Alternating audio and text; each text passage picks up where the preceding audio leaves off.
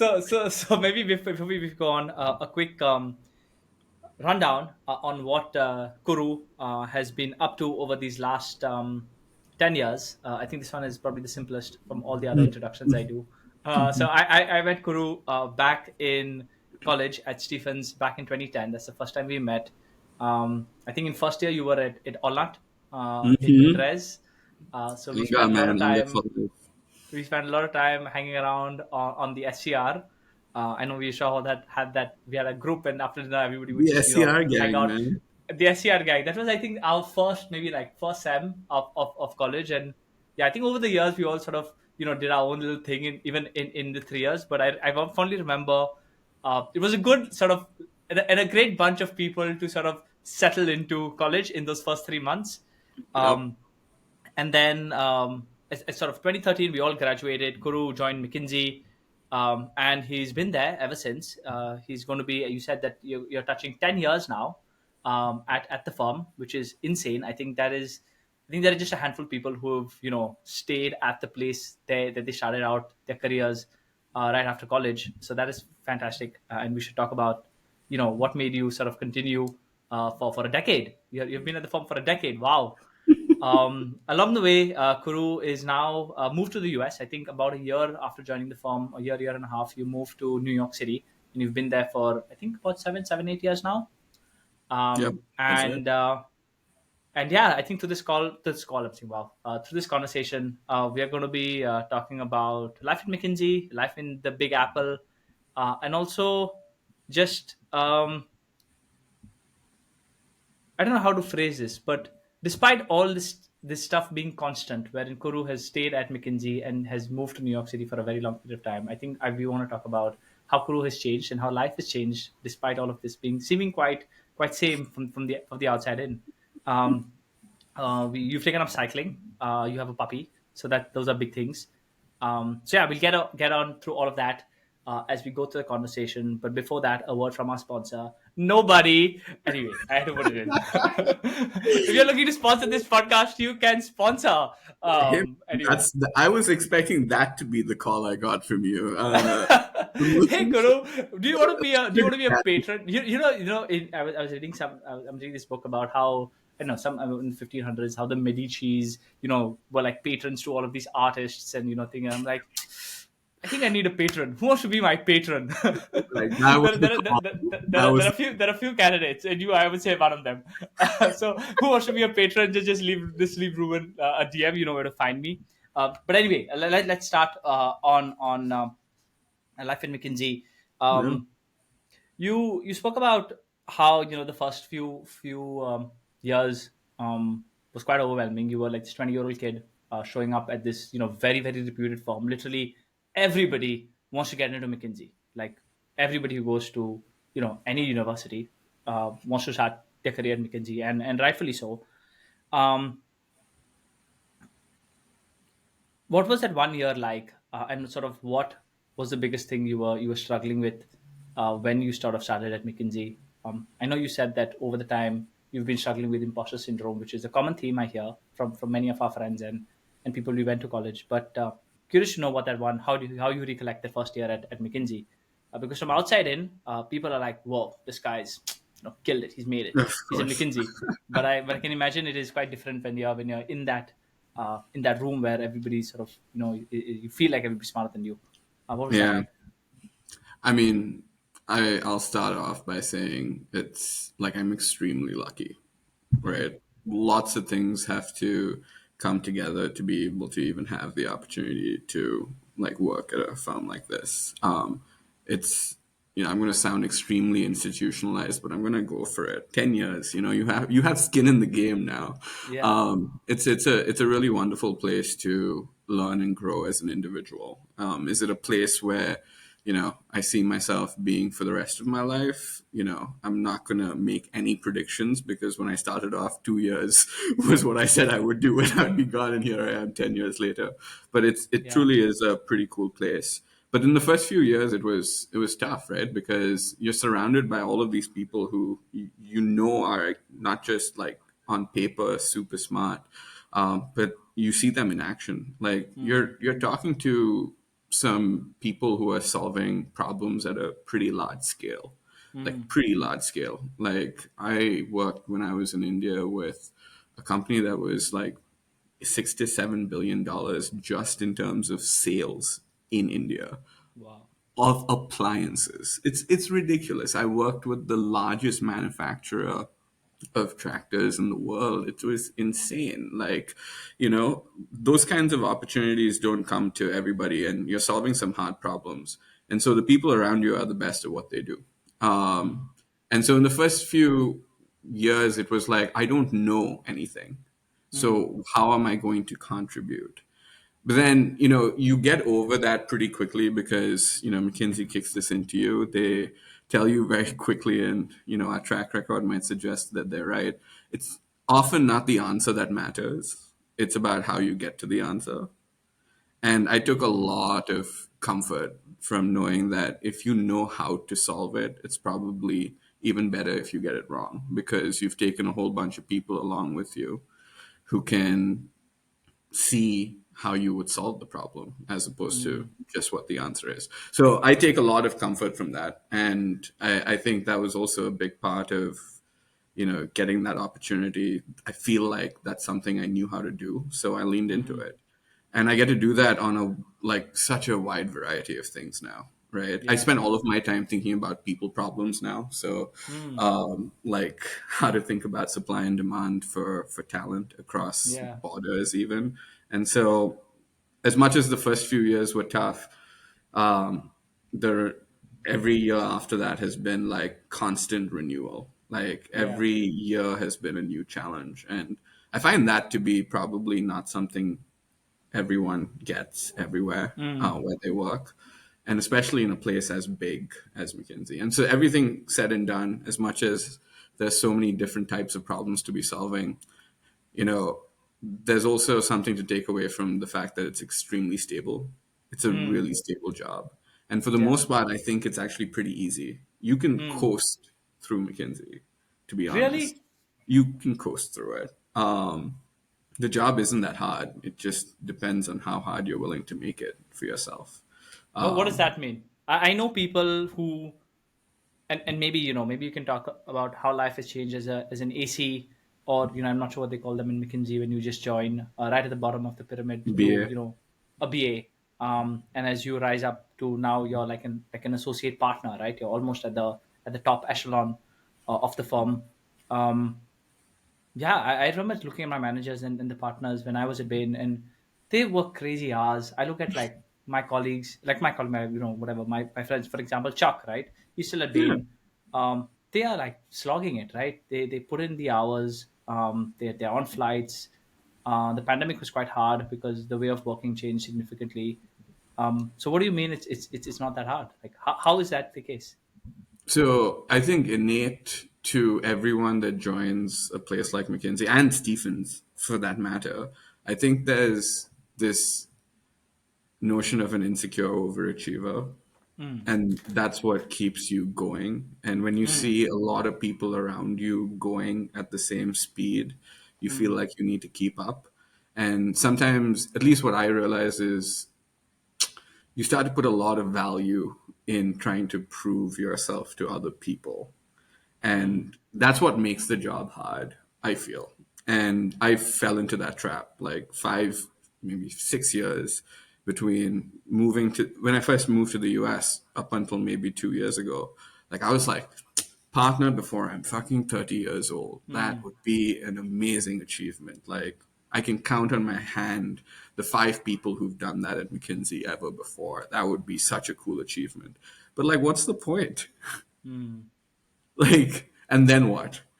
And then what's going to happen? I think like the biggest shift that I've made in the last 2 years is realizing that I'm in it for the long game. And, a lot of it is trying to build something that's quite meaningful for our clients in the firm because I've been here for so long. I have skin in the game.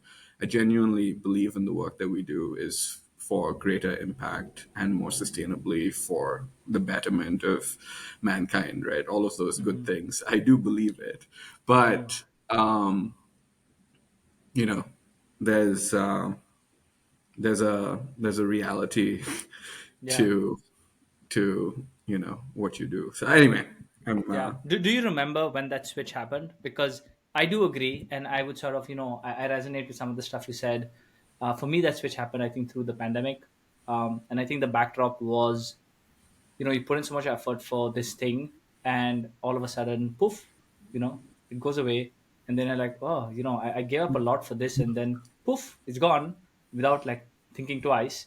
So I'm like, oh fuck, like maybe I should sort of reevaluate how I prioritize things. So that was for me. But I'm curious to know if you remember, that day, or that the series of events which led to this switch, because it is a pretty big switch. I think from leaving college and you're like, oh, you gotta get that McKinsey job, to right. this be like, oh, you know what, I don't have to prove myself to anybody else. Did you remember how that happened or when that happened? Yeah. And I think the pandemic accelerated it in a pretty big way. But, I'm not going to lie, rejection was what forced me to rethink the priorities. So when I didn't get it before I was 30, I was like, why was this a goal that I had set for myself? Was I like sort of caught up in the Forbes magazine kind of headlines that I saw when I was 21, 22? But rejection was the biggest thing that forced me to reevaluate. But then also, I realized that I had stopped taking care of myself, Mm. like completely. My health was probably not at its best. Like I could sleep anywhere. I still can sleep anywhere, but like it started to happen where I would be hanging out with a bunch of friends, and like at 11 o'clock, everyone's still hanging out, and I'm like passed out on on the sofa, like sitting up in conversation, like Hey, past. you probably just tired. Yeah, That's no, and what. it's the tiredness. Right? Okay. But tiredness is like you're not taking care of yourself. You're not Mm. taking care of yourself, and you can't. Like, you need to be present when you're with other people. That's one of my core things. And so I started to notice all of these things were just not where I wanted to be. I suspected that my blood pressure would be high, and of course it was. So things like that, right? You don't want to find yourself in that situation. I can't say that I've suddenly made like leaps and bounds and I have a Yeah.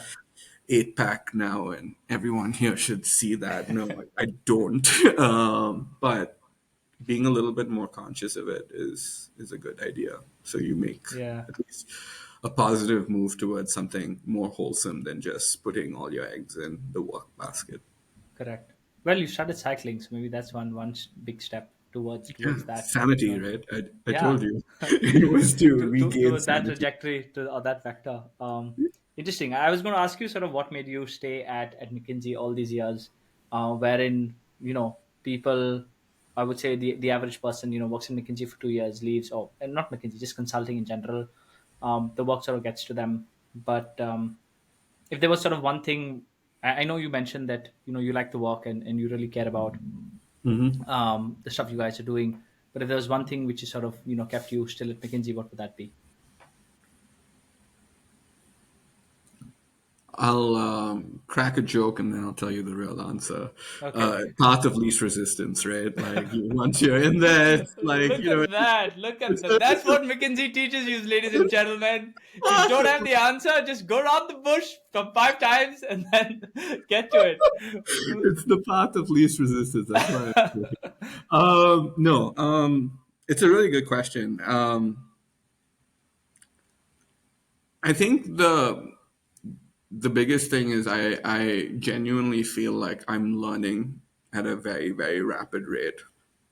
And for me, as soon as I feel like I'm not learning something new that is taking me towards this bigger goal that I have for myself, um, I think it might be time to sort of find something else, right? So, like, becoming a partner at the firm is like sort of becoming like a salesman. And I'm Yeah, not particularly sure that I care so much for that. I do yeah, care about being a good counselor for anyone, right? Let alone yeah, my clients. And so I think there's a higher bar on what it takes to build relationships with people at that level that I still want to learn. So I'm keen to continue exploring what that means. So I think it's just about wanting to learn. And I think going back to our original theme, how change is the only constant, right? Yeah. Like my thing is that you don't know what you don't know until you expose yourself to something and try to learn it. Mm, And the only way to sort of break through changes or different stages of your life is to like learn something new. And mm, so I feel like I'm getting that, and I really enjoy my work. I really do. yeah. I think I do Yeah. some cool shit. Yeah. I think it's super hard to sort of even stick around for that long if you don't really enjoy it. Um, and yeah, I think to your question of yes, you're absolutely right. When I think you reach the upper echelon of like a partner at a consulting firm, you are a salesperson. And fun thing for you to think about is I essentially also do sales at my company. And when we started doing it, it was a new role for me. I never done sales before. Um, my boss asked me, "Hey, Ruben, are you a hunter or are you a farmer?" And I was like, I don't even know what that means. She's like, okay, maybe you be keep it, like do this for maybe a year and a half, and then you'll know the answer. And there are two kinds of sort of I think people I've realized in this whole sales you know business. There are hunters who love the thrill of hunting. Like they want to Hmm. go out, they want to hunt, but as soon as they've completed hunting and they've got their prey, that means they've locked your client, you've got it. They don't give two shits about it anymore. Well, not like I mean, not in that sort of sense, but they want to go out for the next kill. Like Yeah. that's what they live on it. And I've met some of these individuals, and it's so clear. You look at them and you're like, you are a hunter. And then at my company, you of course have many of those, and we have many account managers, or like you call them Hmm. account managers or relationship managers, la la la. But they're the essential farmers, and you ask them to do the first task, and they're like, no way, Jose, like there is no way I'm going to do that. I'm just not Yeah. built for that. But like they will manage, or like there's a team of maybe I don't know, maybe a handful of them who oversees pretty much, or who sort of manages the entire portfolio for the business. And like we can we're still like a growing company, so there are problems we run into, but the way they sort of pacify or just like build that relationship with those people is at a different league altogether. And like they're managing like billions of dollars of sort of I Yeah. don't know, like business for us. So yeah, I think for me that's a question which I face myself too, wherein I did not know the difference between farmer and hunters. And yes, you can do both, but I think most people are either either inclined towards that one or inclined towards the other. So yeah, maybe that's a lens for you to think about. Are you a farmer, or are you a hunter? I mean, that's like assuming you even want to do sales in the first place. I mean, yes, in the broader umbrella that In the you're yeah, you're measured by how fast the business grows, right? yeah, um exactly. yes. And it's interesting that you brought that up, right? But like when you look at me, Ruben, what do you think I am? Like you've known me for a decent amount of time. Tell me. uh Well, I know you. The last version of what I know you well enough is 2013 Kuru, and I Yeah, don't think that 2013 Kuru is the same as 2023 Kuru. yeah, yeah, But with that big caveat, I would maybe put you more on the farmer side of things, yeah. because like I think you're very good with people. You're very good at building relationship, and the handful of people you do build a relationship with, you will sort of build a very deep relationship with. See, this is why I love you, Ruben. This is exactly. uh, This is why I asked you that question, and I knew you wouldn't like fail me on this. Yeah, That's like I'll tell you who's a good farmer in Pura. Nadeem. He's a great I mean, sorry, he's a great hunter. Like Hunter. like you look at him, he's like, oh damn, he's a hunter. Um, Majju, I would say Majju is I think a tricky one. But He's who like else? an all-star Olympic athlete. He's an all-star, yeah. Yeah, He'll do everything. he'll But do yeah, like everything. the Nadeem persona is a very hunter persona. Like he likes the chase. He likes he enjoys that. So anyway, enough of Well, hunter farmer talk. I But think you're a farmer too, man. I think I am a farmer. I think I've spent like a year and a half doing this, or a mix of both. And yeah, I think as if I had to gun to my head today, I would probably say that um I would maybe I'll tell lean to you the farmer why. side. I'll tell you why. It's because I think you value loyalty. Hmm, that is interesting. Yes, I do value loyalty. Because like I've seen how you sort of like just look at your little Goa organizing committee group, man. Like Yeah. Blue Jade Palace, Gurgaon. Correct. Yeah. You guys are like, man, that's cool. You don't see Yeah. that often. Like I have something very similar, like with my school friends, Mm. and it's a trait people notice, right? And Yeah. whatever hunter gatherer, whatever, like hunter farmer, whatever, doesn't Yeah. matter. But like ultimately, all of those skills are things that you need. And so Correct. if I feel like those are skills that I need to, let's say, run a business at some point, I'm Yeah. going to stay and learn how to do it at the best places possible, right? Yeah. So I think that's a big part of like going back to your original question. Correct. Like, why do you stay? You stay because you feel like you're learning and it's useful and valuable to yourself, and you're actually adding value back to the organization, right? I think that's what Yeah. keeps you to a place as long. Yeah. Okay, let's ask you a slightly harder question because we went on this little fun tangent where Ruben did most of the speaking. Um, most people, you're like almost like a whatever. You're an associate partner in McKinsey. Part of the job is to defend this institution of management consulting, or I would imagine, You're gonna ask me because some difficult questions, huh? I'm gonna ask you. I gotta ask you this question here. You're at McKinsey and you're an associate partner there. Um, Many people, including myself, will say consultants just make slides. They peddle, this random information. They very very far from the problem. And once the steerco has all looked at this, great presentation. We don't care anything else. I'm sure you don't believe that, but what's your sort of how do you think about that criticism towards consulting or management consulting in specific? Dude, like, um, there's two ways to answer this question. Yes, that is what we do. And maybe just to add context on why that question is important, I think that question is important is a 20-year-old maybe who's listening to this, who's aspiring to join to McKinsey or any consulting firm. I think I feel like a reason why a lot of like consulting gets some level of hate is I think two things. One is it's, everybody wants to get in, but everybody cannot. So this in general there is some hate. But I feel also people are sold a bit wrong of a promise before they get in. I think consulting Mm, is a great business, right? hmm. It solves a very interesting problem, but not quite the one which we are sold when we look to join consulting companies. So that's Interesting. my slight beef. I think if it was sold the right way, then the expectations are right, and you do it right. But I feel like it is sold a bit off, and which is why people nitpick at it. So anyway, that's the context. If a 20-year-old is listening to Interesting. this and they are aspiring to join this consulting firm, and they hear some of their maybe either disgruntled seniors or people who maybe have an opinion on, oh, these guys just make slides, go join a startup. But what would you have to say to counter that? I mean, yeah, you're gonna be making some slides. You're gonna be taking phone calls at 9 p.m. Hopefully it's never on a Friday, but there's going to be a situation where somebody thinks this is more important than what you're doing at 9 p.m. and you'll feel obliged to take that call at 9 p.m. Yeah, You're going to, be in an airplane for 4 to 6 hours every week. You're not going to be in your own bed for maybe, 2 nights or 3 nights a week. Like those are all realities, yeah. complete realities, complete realities. Yeah, and Um, before we go on, maybe just a side question: how long did it take you for you to get over the thrill of flying business class, living in five-star hotels, taking flights like twice a week? Because that's I think that was like a good thing, and now yeah, I think to people that you're like, we do not want that. yeah, So, how long did it take for you, or how long does that all last, or maybe it still lasts for you? But I'm it's curious to know how long dude. does it take to disappear?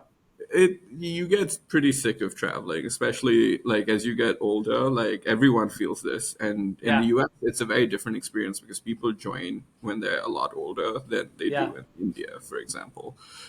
And so people have lives. Like they don't want to travel, and so people like that's what I love about McKinsey. You can choose to be completely local if you want to. And that's a okay. pretty cool amount of flexibility to have in a job that requires most people to travel.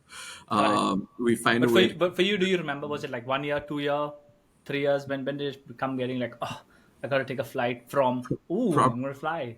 probably like maybe 5 years in. Got it. Once, yeah, yeah. So Once around I'm around 26, 27. You were like, oh, this is getting, yeah. 26, That's usually 27. when your health also starts. Your body doesn't recover as fast as it used to. No, it was actually like I realized I had no community.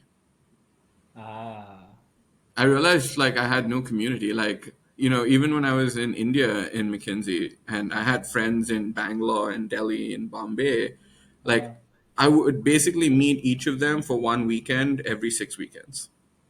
hmm. That gets a little old Yeah. pretty quickly. So, like, especially in New York, where I didn't have friends, like when I Hmm. first moved, it was like, I need to be here just so that I can do stupid shit on the Yeah. weekend and meet Yeah. people and hang out and like just live a regular life. Yeah. And then maybe fly out just a little bit lesser. And that's Yeah. how I met, like, Lindsay as well. It's like Yeah. amazing. You have to Okay. give Anyway, sorry to pull back. So that was a tangent which I it. wanted to go to. But anyway, you're flying a lot. You're doing calls at 9 p.m. You got to make a lot Yeah. of slides. But what you do get from it, right? Which I think is the reality of it, is you learn a lot about what it means to be successful if business in the business world, so to speak. You really Hmm. do, because if you're in a startup, it's like do things that come to you and show your entrepreneurial drive. In Yeah. McKinsey, it is all of that, but they tell you how to do it. You have Hmm. like a support system of other BAs and associates. You have partners and senior partners to work with you. There's seemingly endless like resources at your disposal. Hmm. But still, the way to be successful is entrepreneurial, right? And Yeah. so I feel like it teaches you so many things, like structure, like business fundamentals. It teaches you about relationships. It teaches you about how to communicate. Like things like that are so fundamental. Like if you see yourself as being, whoever is listening, if you see yourself as wanting to be a CEO, or you want to see yourself even running a startup that scales to be $1 billion business, you still need to learn the fundamentals. And sometimes Yeah. those fundamentals are best taught by grinding, by making some slides, doing that 9 p.m. call, taking that flight to meet a client that otherwise you would have not met and you would not have had a relationship with, to convince them to do something differently that they're paying you a lot of money to do. Yeah. It's those things that people say are problems are the way in which you build the skills that you come to McKinsey for. And so I have no regret doing those things. Those things become very easy over time. Like making slides are not what I do as an associate partner. I mean, I do, of course I do, Yes. but you have teams who do that, right? Like I think what I really love about it too, going back to why I've stayed, it's not just that I keep learning. I also get to focus on my strengths quite a bit, Hmm. especially now. Like I am not good at a lot of things, I will admit, but there are a few things I'm really bloody good at, What, and what is one thing? What is one thing you feel you're bloody good at? I think I can do the conceptual problem solving that gets Hmm. to like being able to make like trade-offs on strategy. Like I Hmm. feel like I don't know how, but I just lucky enough, or built this over a long period of time since I was a kid, but like a very analytical mindset to solving problems. Hmm. And I can, like, any problem you give me, I feel like I can structure it. And like, Hmm. I'm really good at that. And the firm allows me to spend a lot of my time doing strategy type of work, Yeah. which I find really gratifying. So I'm lucky. Yeah. A lot of it is just luck. Yeah. Yeah. I think yes. I do think sort of consulting is probably the best place. You can start off right after university. I think it pushes you, um, but at the same time provides you a very strong, ecosystem to really make that step function change from like a college grad to like a professional in the working world. And um, yeah, I think like the term they say problem solving and analytical line, I think mindset, like people I think throw this term around in consulting a lot, but when you join a startup and you see people who do not have that, it is so obvious when you're like What, like, What? what is your thought process? Like, how did you even arrive to this? This makes no sense. Yeah. And you can sort of apply that there. But yeah, I do sort of see the value consulting companies do. And we won't talk about it right now, but there's a lot, like, as sort of you go up the scale, you realize that a lot of the problems are not like they are actual problems, but the part which makes them more complicated are people. And I think Yeah. consulting companies do a very good job at trying to solve the people aspect of the problem. Yeah. If you need to construct a bridge, or you construct a road or a highway, it's not technically very hard. It's a solved problem. But how long highways take to get built, and how long bridges take to get built, and that is not because it is hard to build a bridge. It is many other things, and I feel Yeah. consulting companies do that, have cracked that very well. They make things happen. So That's true, okay. and that's really true. And we can like go to your next point right after this one, Ruben. But going back to the theme of change, right? Like Yeah. most companies fail when they have Yeah. to make transformational change happen. Like most companies fail. And I think the value that consulting companies like McKinsey, and you can put any of those blue, Yeah. green, yellow, orange, red friends, like doesn't matter, right? I think what they're doing is they're trying to level the playing field for Hmm. people in the marketplace, so to speak, right? So if five people have failed because of XYZ reasons, how can we help the other 25 people not fail because of those XYZ reasons, right? Yeah. I think that's like the biggest mandate of consulting. It's like Hmm. democratizing knowledge about how to run a business. And if you figure out how to do that really well, I think Yeah. there's genuine value to be created here. Yeah. So Absolutely. the hard part is making sure that you're focusing that energy on the right problems. Hmm. Okay. Okay. So enough of McKinsey talk. We've spent a good amount of time talking about life in McKinsey. I wanted to ask you what your average day looks like, but maybe we'll talk about it later. Actually, let's just slip it in. Well, what does an average day for you look like as an associate partner? I can Um, maybe share this in context of an average day as a BA is you make a lot of slides and Excels and you're a lot of calls, just taking notes. But I'm sure that's not the case when you are an associate partner. So, Kuru, what is an average life in the day of an associate partner in McKinsey? Want to make a yeah. YouTube video on this? This is good. I'm an early riser, so I actually wake up every day at 4:30 in the morning. Latest Wow. latest 5 a.m., which also means like I'm in bed by 10:30, if not earlier. Hmm. So that's like my day in a Okay. nutshell. I have protected time between 5 to 7:30 in the morning, and then I have protected time from 6 to 8 p.m. in the evening. And What then is there's protected time? that means it's me. Like whatever I want to do with that time, like my assistant has absolutely no say. My teams have no say. Nobody can interrupt me at that time. Hmm. And then everything else in between is a mix of trying to convince a client to do something that they're typically not inclined to want to do.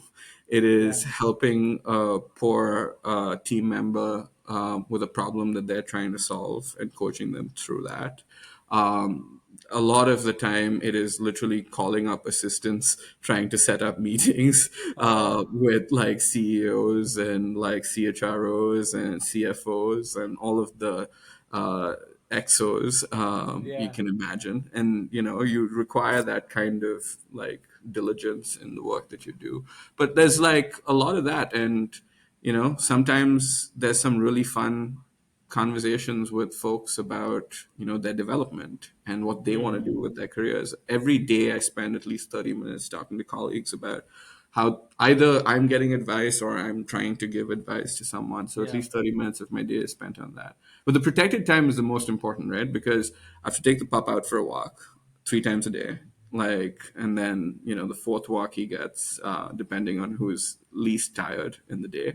But three walks a day he gets, and those are good walks. I also need to make sure that I have my coffee and I do my rituals of walking around the house. But this is like a work from home archetype, right? And Yeah. then there's another archetype which is again 4:30 to 8, but I'm at the client side, right? Mm. And when you're at the client side, you're spending at least an hour or two in Uber, which is extremely inefficient. You are running and standing in line with 40 other people trying to get lunch, which is extremely inefficient. And you spend like 2 hours being productive, like talking to a client and chit chatting, and Yeah. then you have to come back and work. Right. Oh So, man. like, there's two archetypes of how the day is, and you can see where my excitement lies. It's Yeah. probably being a little bit more remote and occasionally meeting my clients as opposed to sitting in their offices. But yeah, it changes quite a bit. But Mm. if I had to give you broad strokes, that's what it looks like. Got it. Interesting. So you brought up the pup, and that's I think a good sort of segue to the next theme we want to talk about is this golden balance of work life balance. Yeah, Such a consulting term also. I know, But right? consulting is, I think, as you said, I feel from the outside in, it's a very demanding job, and sort of I think just gets more demanding as you rise up the ranks, and rightly so, right? You're solving like important problems for important organizations. um, then they're not sort of trivial issues, right? They impact, I don't know, lots of money and lots of people who work at those companies. So it is a demanding job, but at the same time, I think you've, at least, I don't know if you how successful you would say you are at it, but you seem to be making sure that all your eggs are not in one basket, and you're prioritizing things like life outside work. Talk to me about why you decided to get a pup, and how that has changed how Kuru lives his life. Yeah, I mean, this goes back to that question we were talking about earlier, right? Like, what happened that made you want to change the way Yeah. you want to do things? And like from that, so many things came out, right? Mm, One was, I really valued. I remember, like, I did so much theater in college, right? yeah. I wanted to keep doing that. I enjoyed doing it. I know I was pretty bad at it, but I really enjoyed it, and so I wanted to do more of that. I um, got into the biking thing, like I told you. Mm, And the puppy is the other big thing that it's about, like, when you get rejected at work and you put so mm, much value into it, you felt like really shitty. And then I realized mm, very quickly, like, I needed to get a sense of achievement from other things, right? And so that sense of achievement from other things I got from, like, you know going up in public speaking again, the bike riding. But the dog was probably the hardest. Man, dogs are fucking hard. They are not easy, but like they pay it back in like spades, right? So like the return on investment is like, you can't even quantify it. It's unbelievable, but it's a lot of work. And yeah. like it's not about like, oh, I'll tend to it when I have time. The dog has Uh-huh. structure, right? Mm, More structure than I've ever had in my life, right? The dog has to go out at pee at 7 o'clock yeah. in the morning. Whether you are drunk, whether you are at somebody else's house, doesn't matter. 7 o'clock, you need to take the dog for a walk, right? And the same at 12, the same at, like, there's that structure. The dog needs to be fed, right? And the dog needs to be fed twice at night because he doesn't eat lunch. Like, he's Wow. all kinds of quirky, right? Like this He's on dog. he's on IF, intermittent fasting. He is intimate. He has like dinner one and dinner two, man. Oh, man. And he has to have ice in his water because I don't know. Wow. He's a bougie New York City This dog. is a bougie dog, yeah. This is a Maybe if you backtrack, like, what was that, like, what was going through your head where you decided that, okay, I'm going to buy a dog? Because if I had to think about it, it's a big commitment. Your travel gets affected. Like you said, you got to show up. I'm not sure if you had pets growing up, but for me, for example, I did not have pets growing up. So for me, the concept of this new animal, around me is very new. So growing up, did you have dogs or pets when you were growing up? I did, and Okay. then I lost my pup, which was hard, and my Mm. mom refused to get Ah. another dog, and that Okay. was quite difficult. So I knew what it would take to take Ah. care of Okay. a dog, so that wasn't new to me. Mm. And I knew I wanted one for a long time. So Mm. if your question was what made me decide, knowing that it was going to be hard, to still go and Yeah. do it, I think the the fact that I knew I needed to force changes in my life as opposed to letting change happen more organically, like the Mm. amount of focus I was putting into the work. I think knowing that I needed to force that change, like the dog was, Yeah. it was at that point, that was the last thing I needed to really like go ahead and make that change, because I found it hard to say no to people at work. I genuinely Mm. did. Like they would give me this cool project in Scandinavia, go do that. And like I'm gone then, right? Like Yeah. it sucks, and I don't want to do that. Like I want to have a reason to be here, Mm. and so So, it helps. It helps with that. so the dog became like at least a reason for you to help you to say no to all of these other things which you only wanted to, you know, whatever. Not I won't say deprioritize, but diversify outside. Yeah, get happiness from elsewhere, and like care about something a lot more than what I thought was most important for a long time. And that's Yeah. hard to admit, man. That's actually Yeah. really No. hard to admit. Yeah. I think. Yeah. You feel. Yeah. I don't know if you feel the same, but sometimes when I pause and just think, I feel so stupid. As you know, So dumb. in my early years, I'm like, why was I so stupid? Like it's just like so stupid. Like oh my god. Like I hope people who listen to this are saying, damn, that is so stupid. But then, just as you're spending your time judging this situation, just think back to all the times you have been pigheaded about something. yeah. Yeah. And then something, it's changed, and you realize that you were being so stupid about putting all that energy and focus on just one thing. Like, Yeah. what? There's so much more to life than one Yeah. thing. I guess it's part of the journey. I think it's part of, I don't think you would realize these things if you did not go through them. Um, and yeah, I think there's a big difference of like knowing things and just realizing them.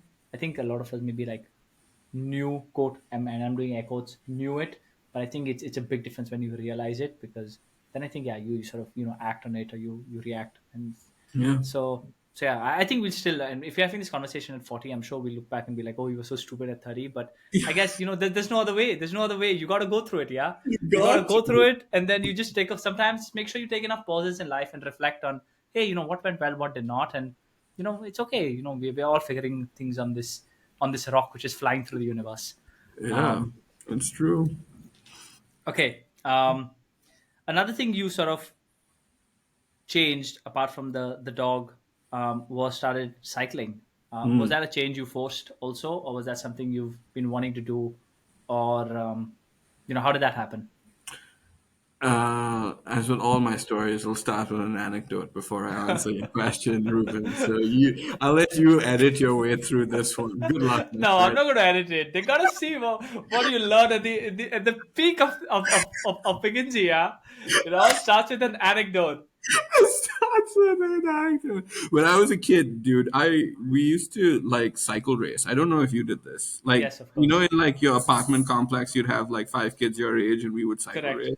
Like Yeah. that was the shit, dude. And we had this basement that was like pretty big, and it was Uh-huh. around, and like all of us had like these gear bikes, and we would like race. And I was always Yeah. Ruben's Barrichello because I was never the best, but Hmm. like good enough to come second. Yeah. Like I was the Rubens Barrichello of this entire thing when I was a kid. So I've always loved like cycling, but I never took it too seriously. Like Mm. never, never, never, and still don't take it very seriously. Like I don't. There are people I know who spend hours and hours and hours going on insane bike ride, like 100 miles a day kind of situation, right? It's ridiculous. But that's not like what I wanted to do. I knew that I wanted to test like my endurance and my stamina a little bit because I hadn't been Hmm. taking care of myself, like I said earlier. So I wanted to try something like that, and I thought, hey, I like to travel. Mm. I want to test my endurance. I like cycling. Europe is nice in the summer. What could I do? And so it started like that, right? More than anything else. And then I the first bike ride was Munich to Vienna, and Wow. my God, what a trip!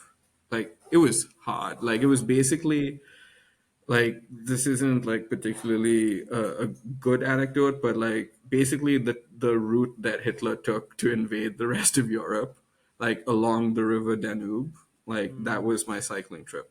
And it was like, yeah, it was like, going 75 kilometers a day, sometimes a little bit more, How sometimes. long did that whole trip take? It was 5 days. Okay, and you were cycling like 10 hours a day? Yeah, probably between 6 to 8 hours a day. Oh, 6 to 8 hours a day. Yeah, Wow. 75 kilometers. Like I wasn't going very fast or anything. Hmm. Nothing like spectacular, but my God, I got to see like a very different part of Germany and Austria and like the Alps, man. Like it's amazing. And then the second trip, I loved it so much, and I did that by myself, just a Oh, backpack, wow. just me, just Oh me. my God.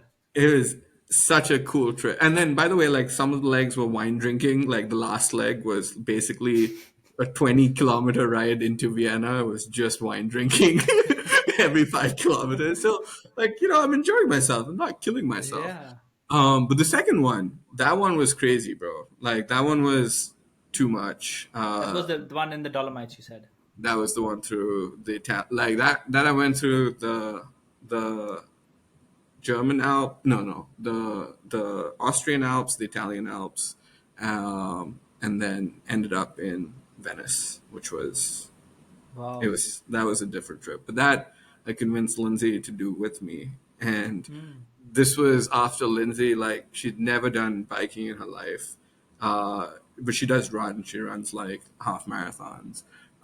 She decided to join me. She completely killed me on this trip. Like I was so not ready for it. That's when I realized like I have a limit. Like that's my limit. I can't climb mountains nonstop. Okay. Like that's a little bit much. She was crushing it, and it was beautiful to do it with someone like I care about as much as I do Lindsay. Yeah. So that was a whole other experience. Watching the sunset when you're going down a mountain at like 30 miles an hour on a bicycle, beautiful. Nothing like Wow. it. There's nothing like You it. you said that you learned some stuff about yourself on that Dolomite trip.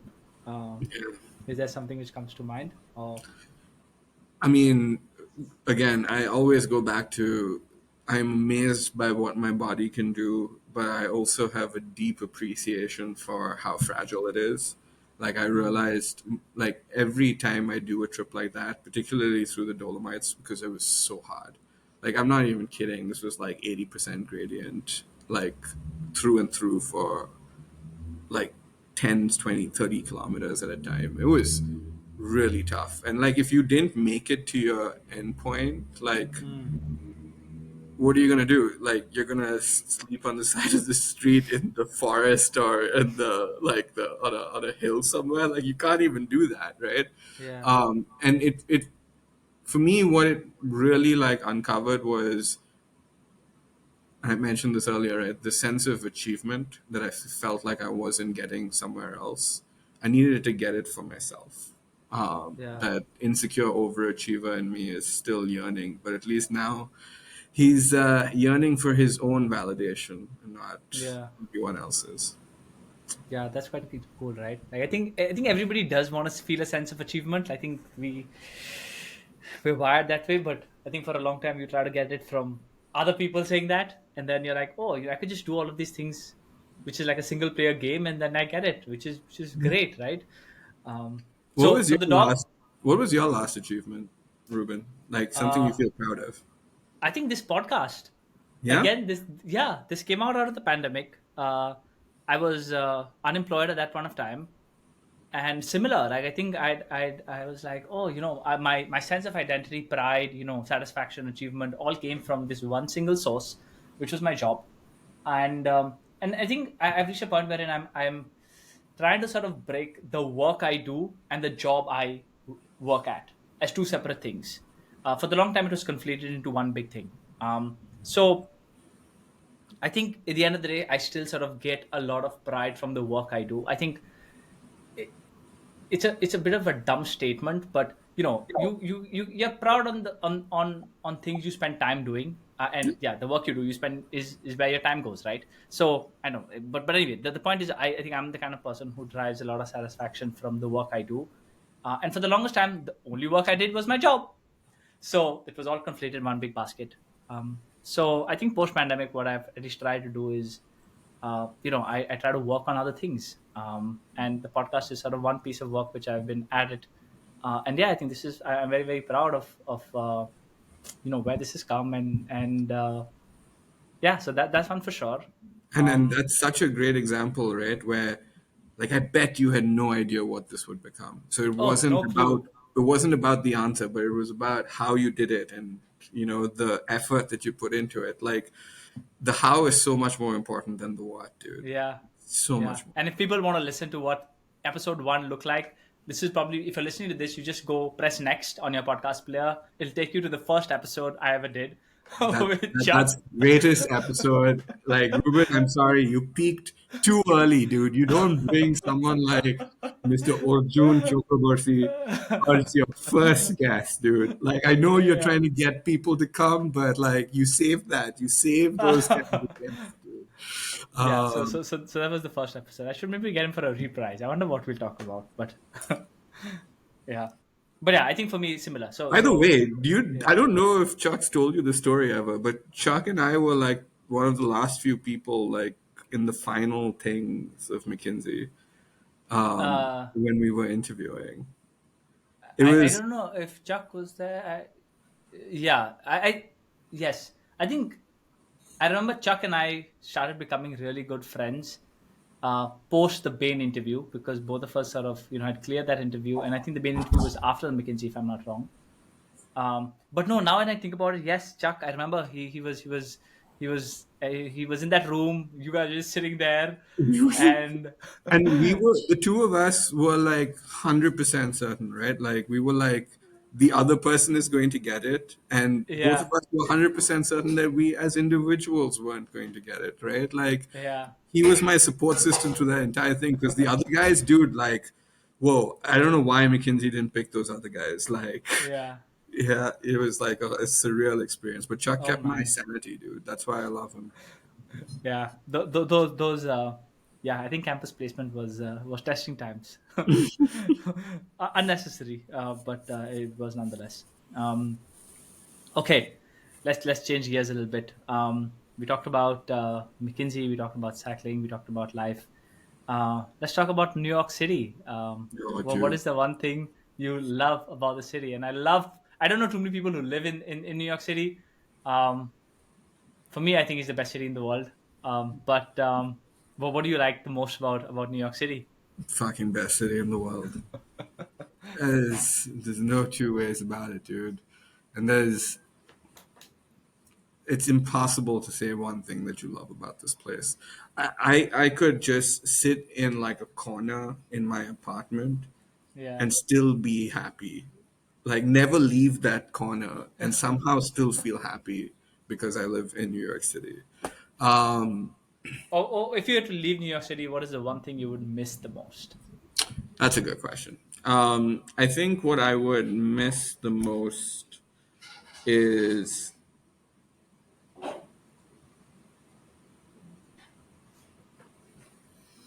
probably like, safely say, the friends that I've made. Mm, It took me a long time to make this small little community that I have. It's not a lot of people. It's a small group, and mm, we're pretty like close knit with each other. And the interesting thing about, like, what I realized about my life, Ruben, is like, I've only lived in places that have like 10 million people or more. Like, only, like, that's like the MO that I've been operating yeah. under. So New Well, York, growing up in India, that's not very hard to it's beat. not But very hard. It's not very hard, but it's like, you come here and you tell people that, and they're like, what? yeah, 10 million people's the norm? yeah, Yeah, of course it is. And so coming here, and it's really hard to find a friend group.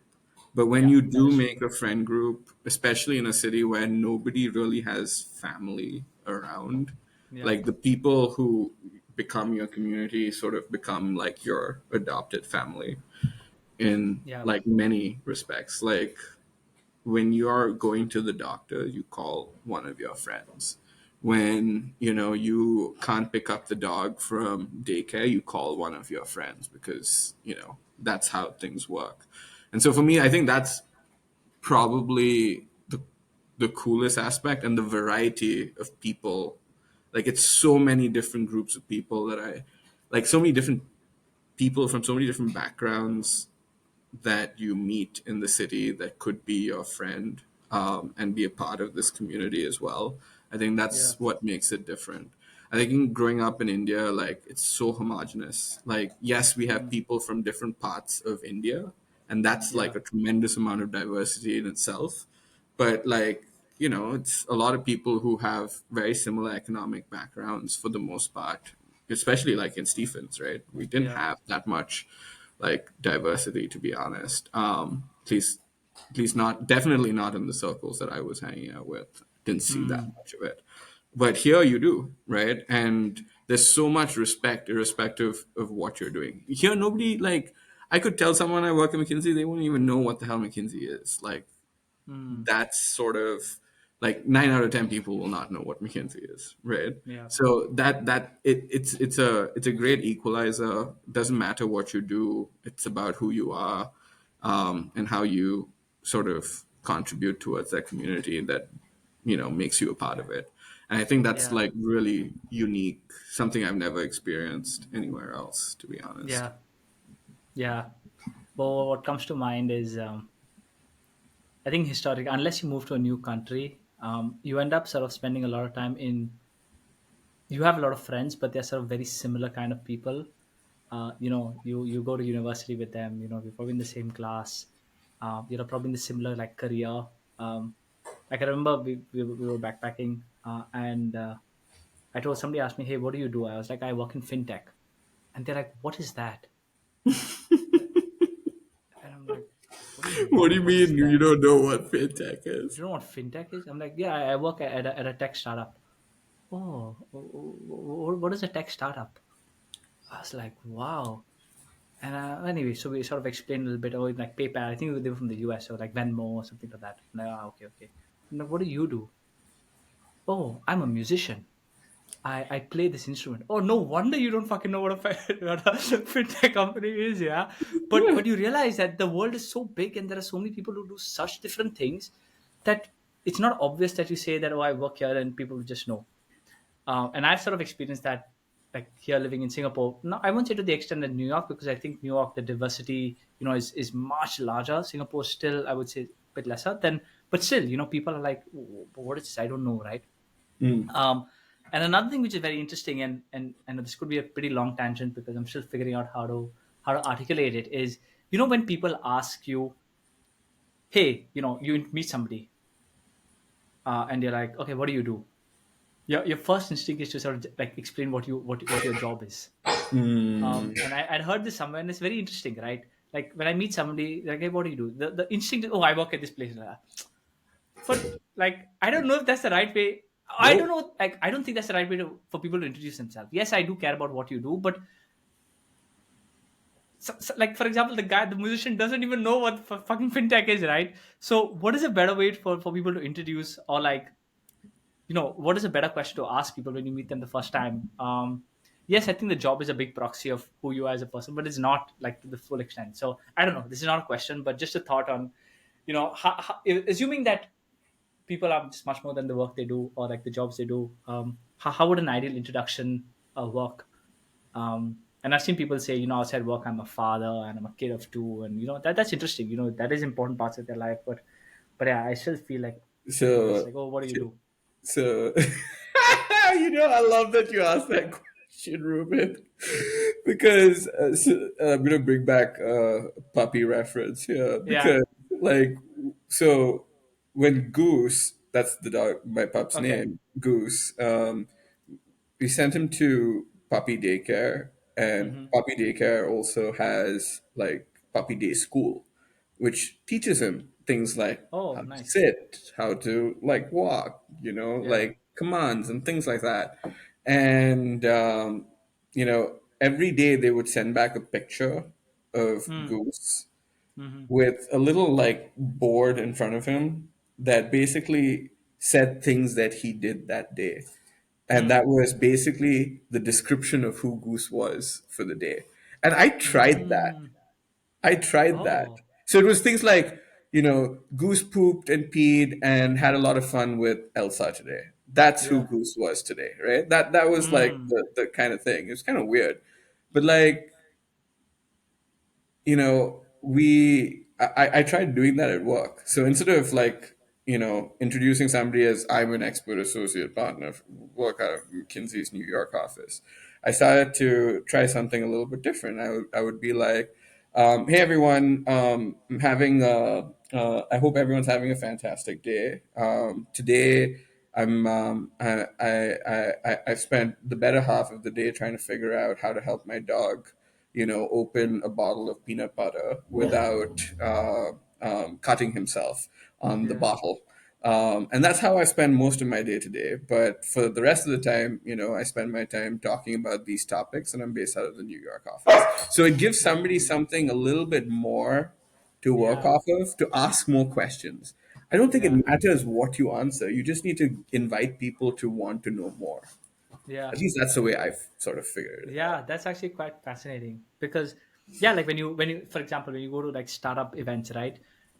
You ask them, hey, okay, what do you do? They'll say, oh, I'm CEO of this company, la la, and then that you ignore that very fast, and then you very quickly move to okay, what problem you're trying to solve, or like what's top of mind, or what is the biggest challenge you're facing right now, and like I've seen those conversations happen in like when you talk to like in the startup community because it's in general less of where you work and what you do. It's like, hey, what are you trying to solve, or what are you building, right? I think Y Combinator has this interesting piece wherein they're like, okay, what are you building, right? It doesn't matter who you are, but like, what are you trying to do? Like, what are you building? What are you trying to solve? Um, but anyway, that was just a total deviation on I don't know how we even got there, but it's interesting, interesting. That's a But who are you is the question. yeah, but yeah, exactly. Who are you? But that's it's a very it's not a straightforward answer. Hmm. Like Rahul is not an associate expert. Yes, he is, but at the same time, that's not all he is. Yeah. But I don't know how we move But to anything else you say will make you sound like, your LinkedIn profile or your Instagram, like, handle correct. that says traveler, blogger, fashion Yeah, enthusiast. No, you can't say that shit either, yeah, yeah. right? Actually, now I remember why I brought this up. Now, so taking all of that back to your friend circle, where I'm assuming a lot of people are not at McKinsey or maybe did not work in the similar space. How do you sort of what is the dynamic there? Because for me, I've personally experienced like the friends I have here in Singapore are not the kind of people I would work with.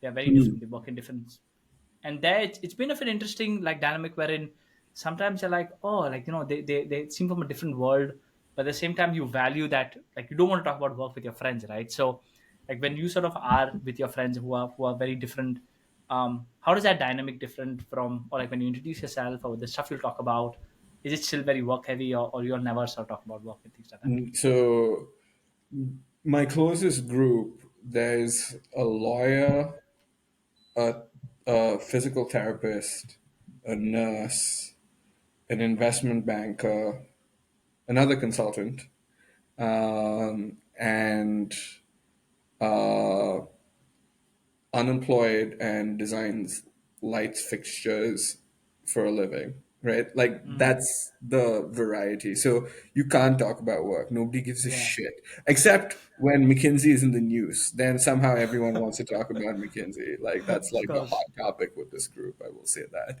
Correct. But the I think the commonality is in the fact that all of us are exploring New York together.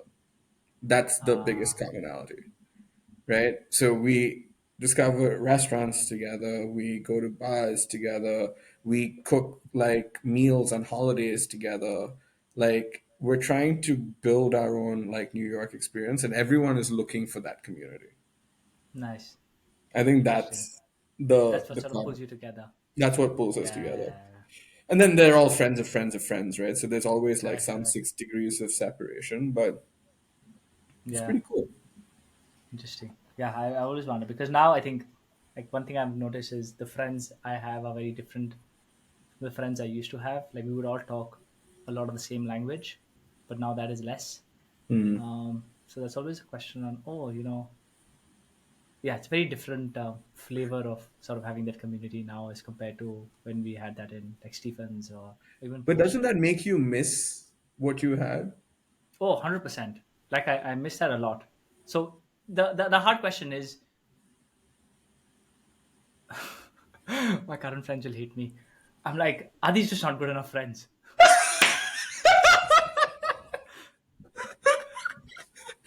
Well, But they're never going to be with that attitude.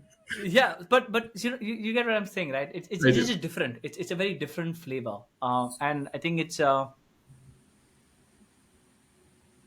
yeah, I don't know. It's just that, like, yeah, it's just a different flavor of friendship, and I think it's slightly it's a more superior one because you talk less about work. It helps in that overall theme wherein your eggs are not going in the same basket. If all your friends only talked about work, which is what Stephens was, it's great. I think the friends we made at Stephens are very very good, and I don't think that is ever going away. But I don't think that helped in diversifying outside. Priority just being work. Yeah. Yeah. But hey, man, listen, all of us talking about diversifying and putting our eggs in multiple baskets and all that shit, like that's all like it sounds like, we're living on a higher like plane or something. We're not, right? Because there are tons of examples of people who stay focused and create communities around what they want to do and Yeah, like do things in a really like tried yeah, true tested way, and they're extremely successful and they're also really really happy, right? It's not to say that you know balance is at the cost of yeah, achieving on your professional goals, but if you want to do things faster, you want to do things bigger, you want to do things better, then maybe it is better to put all your eggs in one yeah, basket and go all yeah. in, right? That's what sports people do all the time. They put Correct. all their eggs into playing for their nation or, being the Yeah, best at that particular sport. That's like a really hard thing to do. And yeah, it takes serious skill to be able to, and guts to be able to do that. yeah. So, you know, Yeah, I guess it's a trade-off that you just need to be aware that oh, well, you're making. I think exactly. there's nothing wrong in either side of it, and I don't think it's also a one-time thing. I think at different points of life you could lean to You one can and lean to the toggle. other. Yeah. But yeah, it is a trade-off which you need to be aware that for getting something you are going to be giving up something else, and just consciously going into it just makes you less, I think, bitter if things don't go well or whatever. Right? I think That's that's right. the bottom line. Okay. Anyway, yeah, we're at the hour. We start wrapping up. Actually, before we go into the tail end of my standard questions to everybody, I do have to ask you this one question. And again, this is maybe slightly harder one, but you can totally choose to anecdote it, or or You know, I don't need an invitation for that. you can address it. I want to talk about money. Hmm. I think as McKinsey is a well-paying job. There's no two ways about it. Um, and as time has progressed, I'm curious to know if your relationship with money has changed in any way, um, and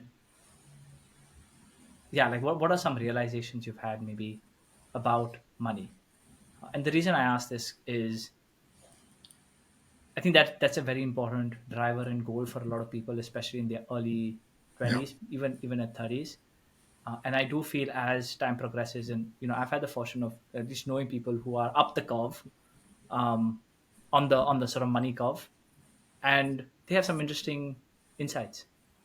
Yeah. So what are your sort of your first hand experiences with money, and what are some realizations, Yeah. and again, it doesn't have to be, oh, money will not make you happy, but or maybe you don't believe that, I don't know, but yeah, I'm curious to know how your relationship with money has maybe changed and what realizations you've had about money.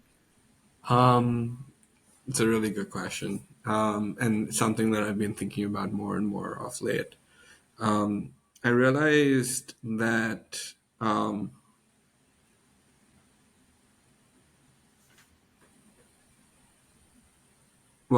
acknowledgement that yes, you do get paid a lot of money working at McKinsey. You do, Yeah, and sometimes it's an absurd, like how much it keeps increasing as you go higher and higher. It kind of gets a little bit. awkward, to be honest.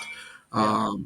But what I've realized, as especially in the first few years, I was really happy to have money, like a disposable income that I didn't have growing up. It was I basically bought. I spent, and as much money as I was getting, it was going just as fast. And the realization over the first 3 to 5 years was I'm never actually going to make enough money for the way I want to live my life, right? Or the way I see my lifestyle keep increasing as I earn more money. So money is never going to be enough. And that's going to be a problem for me. And so I have two choices, right? Either I continue to earn more money and commensurately my lifestyle can increase as I earn more, or I can choose to be happy with a certain amount of lifestyle and make sure everything else is saved, right? Or reinvested into something else. And that shift in mindset where I was like, at what point am I happy with the life that I'm living? And I said, if I own my own house and I'm contributing towards my own mortgage, and I had X amount of money every month to spend, and at the end of the year, I had, this X amount that I would spend on myself for nice vacations, I'd be happy. And let's see how long I could keep that a constant for myself. And then I realized that, when you start to save and you start to invest, you have actually more money and you get that at a faster rate than how you can actually earn with a lot less effort. And it's amazing, right? Why wouldn't you do that? And so the trick here is trying to control your lifestyle as much as possible. Trying to figure it out, right? What is enough to keep you happy? And then like being so militant about it and holding true to that and keeping everything else for the rainy day and put it into something that will make rain happen. You don't even have to think about it, and literally it grows. It's amazing. I don't know if people who listen to your podcast know about like compound interest and like how compound interest works. It's beautiful. It's not Yeah. like 1 to 2 to 3. It's like 1 to 4 to 8, right? Like people sometimes don't get how fast money can grow without having to do anything for it. But you Yeah. need to create. You need to find the way to save. So saving, I like to think of it as the biggest mindset shift being living a life of plenty as opposed to trying to live a life of feeling like you've never got enough of what you need. You have everything you need. That's great. But I also recognize that I can think that way because I know I have the job Yeah. that I have and the security that I have. So that is probably the only thing I can say about money. I'm not good at it. I'm not good at it. Most people I know around me are not good at it. But Why do you think that's the case? Why do you think money, which is such an important part of all of our lives and is a big sort of, decision factor, um, why are we not good at it? I want to say we were never taught how to think about Hmm. money. I really, at least all of my friends in India, like they're so bad at it. Like I can't even explain to you, dude. A lot of us, I think, yes, we are very bad at money. And it like I don't know what the solution to this is. I mean, there are some solutions, but you're right. I think we were not taught about money. To be honest, our parents, they did not understand money any better either. Most of, I can talk about my parents.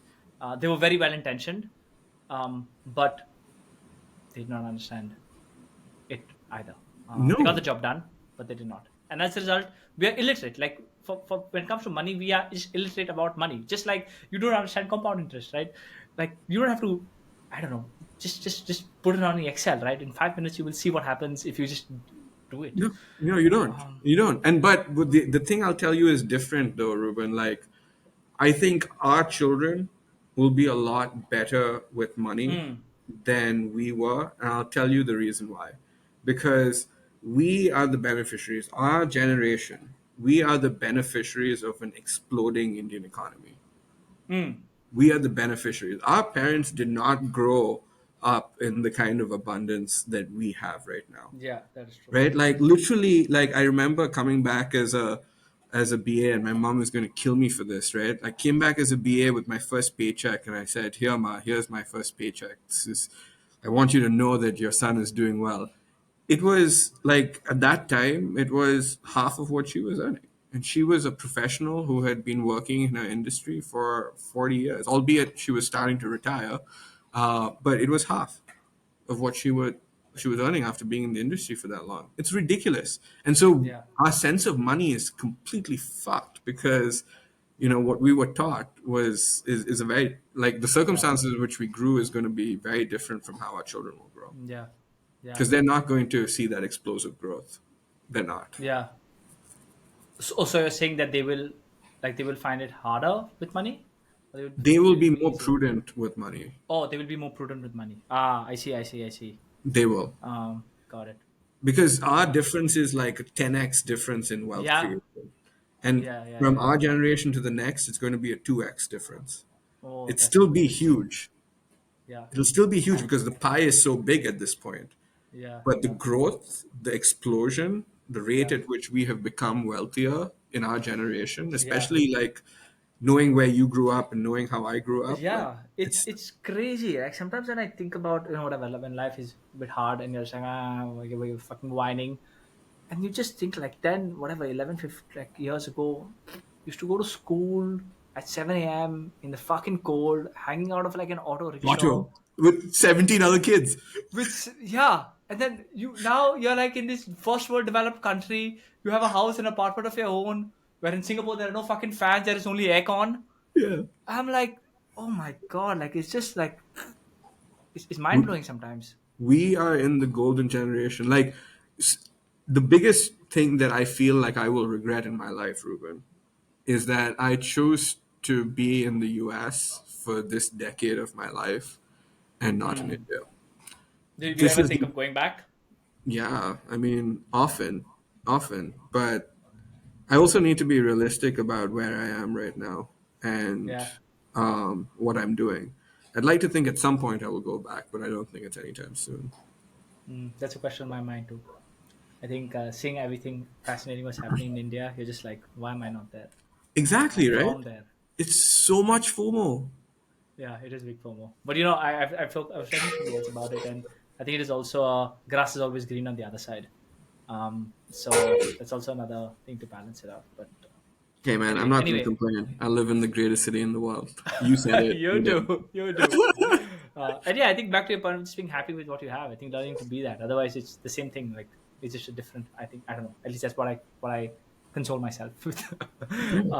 But no, I think on the money thing, the last thing, which I don't know, and maybe something we should try, is I think as friends we don't talk enough about money. Mm-hmm. Um, like for example, basic stuff like you don't know how much your friends earn, you don't know how much they save, you don't know how much they spend. And I do think if friends um, spoke more about money. And I think now, and sort of going back to the kind of friends you have, I think originally your friend circles were very competitive friend circles. Like you were sort of, Fighting you for were the friends, same you were resources. fighting for the same thing, right? So there was a weird sort of dynamic. But now, like for example, in your friend circle, and maybe like now, we all earn different money. But we probably spend similar, so that's sort of what brings us together. It's not how much we earn which brings us together. It's about how much how what kind of lifestyle we want to live, which sort of Yeah. brings us together. Yeah. um and yeah, I think in general people spoke more about money, about what is that number for you, or at what point do you want to retire, or how much do you make, or how do you spend your money, or how much do you invest. Like I think it would make us a bit more, we would just have a healthier relationship with money. And if we had a healthy relationship with money, I think we would just be people would just be less stressed and like I don't know, like You're like, I love that you said that, but you've hit like the problem at the core of it, right? Which is that people don't talk about money. yeah, it's so But if you weird. think about like what is the behavior that we see right around this? It's basically people genuinely believe that if you have more money, you are more successful or you are more Yeah, happy, and that's just not correct. yeah, yeah. Yeah, money is just such a weird taboo. But I do think, I think if the change has to happen, I see like in India, there's so much of now conversation on like financial education, and there are YouTube videos where people are explicitly saying this is the amount of money I make a month, this is how I spend it, and sort of somebody's talking to them about why they do that, and it's okay. Sometimes they're like, hey, I took a personal loan to go on a holiday, and they will admit that, and then somebody will be like, oh, that's probably not the wisest thing to do, and it's like, oh yeah, yeah, now, or they'll spend on credit card and they won't know, you get charged 37% interest rate when you screw up. But anyway, fuck that. Money is another problem which I think I would like to solve, but in a different time, different, maybe soon, I don't know. Anyway, we're almost touching an hour and a half. Fuck, we need to wrap this up. But so two Good questions before luck we wrap up. editing. Good luck editing. No, I'm going to keep the whole thing. So if people don't want to listen, don't listen. At the end of the day, these are archives for me. So when I die, there is this archive of all the conversations I had. So for the decades to come, it's okay if we spoke another 20 minutes. Anyway, I usually ask people a shift in belief you've had over the last 10 years. Something Kuru would believe very strongly as a 21-year-old, and which is maybe taken a 180-degree shift for Kuru today? I think I know the answer, but maybe I'll ask anyway.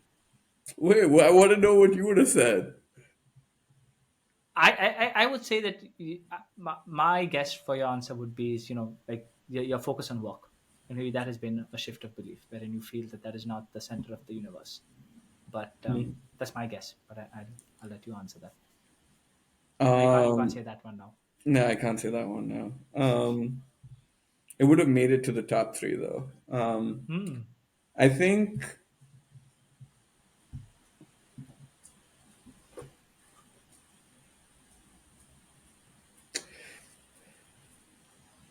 180-degree shift. I think I've learned how to not jump to judgment of people. And I think that for me is like the biggest shift. I think in college, and even very early in my McKinsey life, I had this idea of the type of people I wanted to hang out with. Hmm. And I realized that I was actually doing myself a huge disservice because I was judging people without really getting to know them. And I lost out on probably knowing a really cool bunch of people that way. Hmm.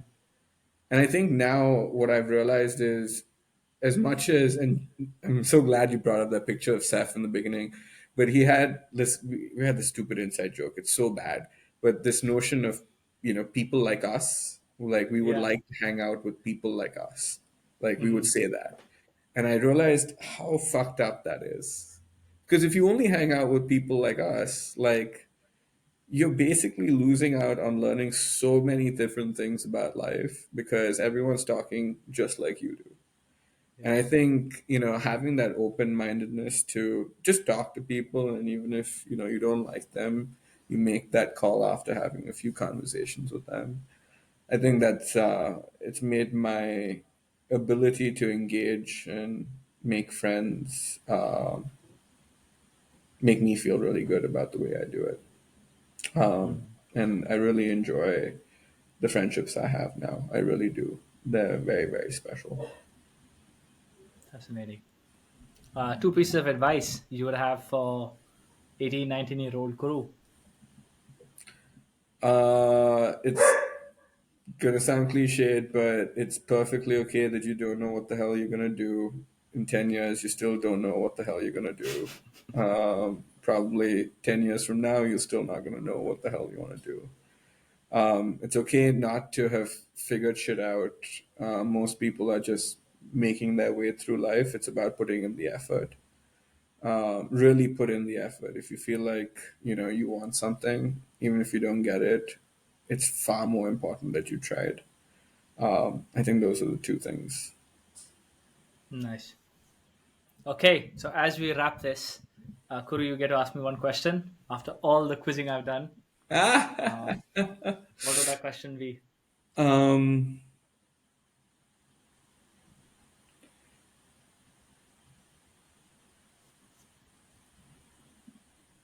um, As you reflect on, like, let's say you do cover the 500 kids we had in Stephens on your podcast in our year, like you've covered every single one of them and you've spoken to them to the level of conversation you and I have had today. Um, what are you hoping you get out of it? Like, you're 60, you spend 500 hours listening to it over a year. What are you hoping Yeah. you get out of it? Mm, I think the so maybe to anecdote, actually not anecdote, to set sort of stage. There are a few reasons why I do this podcast. I think the first one is an opportunity to speak to people who are quite different than me. I think Stephens provided me a good sort of platform to at least be one degree of separation to a lot of these people. And I think, like you said, I think that's something which maybe when I was in college I did not do enough of, and this is sort of good excuse to do it. So that's one reason I do this podcast. The second thing I do this podcast is I think podcasting is a skill which I want to continuously sharpen. It's a skill of listening. It's a skill of um, yeah, just sort of like actively listening to somebody, and it's a skill I want to sort of continue to sharpen. Um, and and lastly is I think the third reason why I like doing this podcast is I see the value of putting out my work for anybody and anybody to consume. Hmm. I so yeah, those are the three big reasons why I do the podcast. Now to your questions more specifically of what would I hope to achieve when I finish say 500. If I manage to do all of those three consistently, then that's success for me. But after speaking to all of these people, maybe if these conversations help me with a similar challenge I face, because I think, and this is something I wrote back in October 2022 or 2020 when I started the podcast, is I feel all of us are in the same boat trying to solve the same problems at the same time. I think we might be a few years ahead and maybe up and down, but in essence I think we're all trying to do the same thing, or the Yeah. questions we're trying to answer are the same questions. um, and selfishly I feel that if these conversations can help me answer those questions for myself based on somebody else's realizations or somebody else's learnings, it makes my life much much more easier. So the thing about what you talked about money, right? I sort of had a very similar realization, but maybe just about a year and a half ago, maybe a year ago, I realized that there was never going to be enough money I could earn. That was just that's not going to work out. You could not just keep making more Yeah. money. That path is no. But this sort of shift of, okay, you should probably spend more time on how you spend money, and sort of being militant about how what your how you spend it.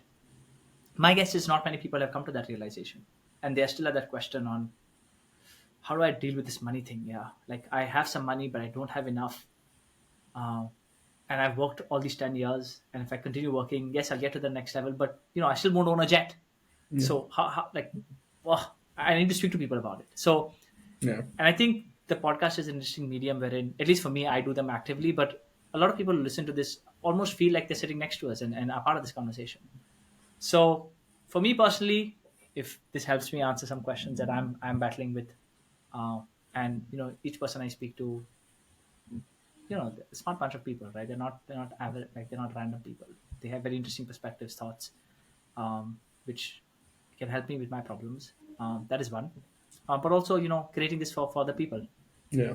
You get a wide spectrum of people. On one podcast I shit about consultants, but the other one, we listen to what their point of view is, right? So I think putting all together is what maybe selfishly I hope to get from this podcast. But the core or the principle which I follow is, if I can do those three things: get to talk to people who are very different from me, continuously sharpening my axe of podcasting, and sort of creating work wherein anybody and everybody in the world can consume. I don't think millions of people should watch this, but if they would, it should be out there for them. Yeah. So those are the things. So as long as I can like doing that, the podcast will keep going on. I love it. I love it. I love it. Man, that is cool.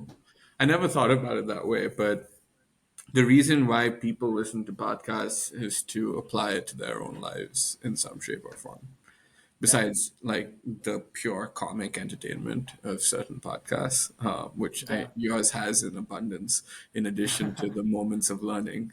yeah. It's true.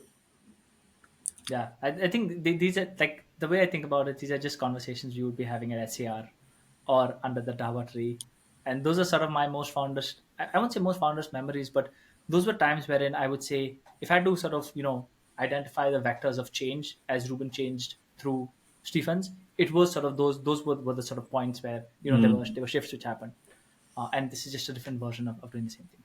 Yeah. What we're missing in this conversation is Shankar talking about Marxism. We're missing Where is Shankar? I should get him on the pod. Yang watching Stanley Kubrick movies, Yeah. and Maju watching Lord of the Rings on full blast in the SCR. We had Angel, Amita, like Yeah, who else was Kritika. Kritika was Prithika? around. Prithika was like my savior in like lab, dude. Like, Oh yeah, like that crew was something else. yeah. It was quite fun. Um, and you're bringing them all together in some shape or form through this podcast. Or trying to. I'm trying to. Anyway, I think that's a good place to end. Oh my Yeah. god, it's almost like midnight for you. Way past midnight. Yeah, Fuck. no, the only person who's upset is Goose, man. Oh god, poor Goose. But anyway, Goose. Guru has his priorities in line, so Goose will get a lot of attention in the months to come. But anyway, Guru, thanks a ton for doing this, man. And sorry if this went on longer, but I've thoroughly enjoyed this conversation. It was so good Same. to Same. to to do this on a Saturday night for you. Oh wow, it's a Saturday night, Friday night for you. Saturday morning for me. But yeah, if people want to get in touch and keep up with what you're up to, how is the best way that they should do that?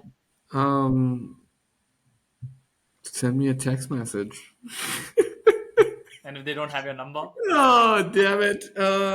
You can find me on Instagram. I am Balderdash the White. Balderdash the White. You'll find the handle in the description, Yep. and yeah, you should go check it out. Yeah, for hot gossip about New York City, the inside scoop about bicycle riding across continents, and for real talk about McKinsey and Company, For real hit talk the about handle McKinsey below. Company. Awesome. Anyway, we shall wrap that. Guru, thank you again Yes. for making time to do this. It's been a pleasure. All right, rock and roll, man. Thank you for this.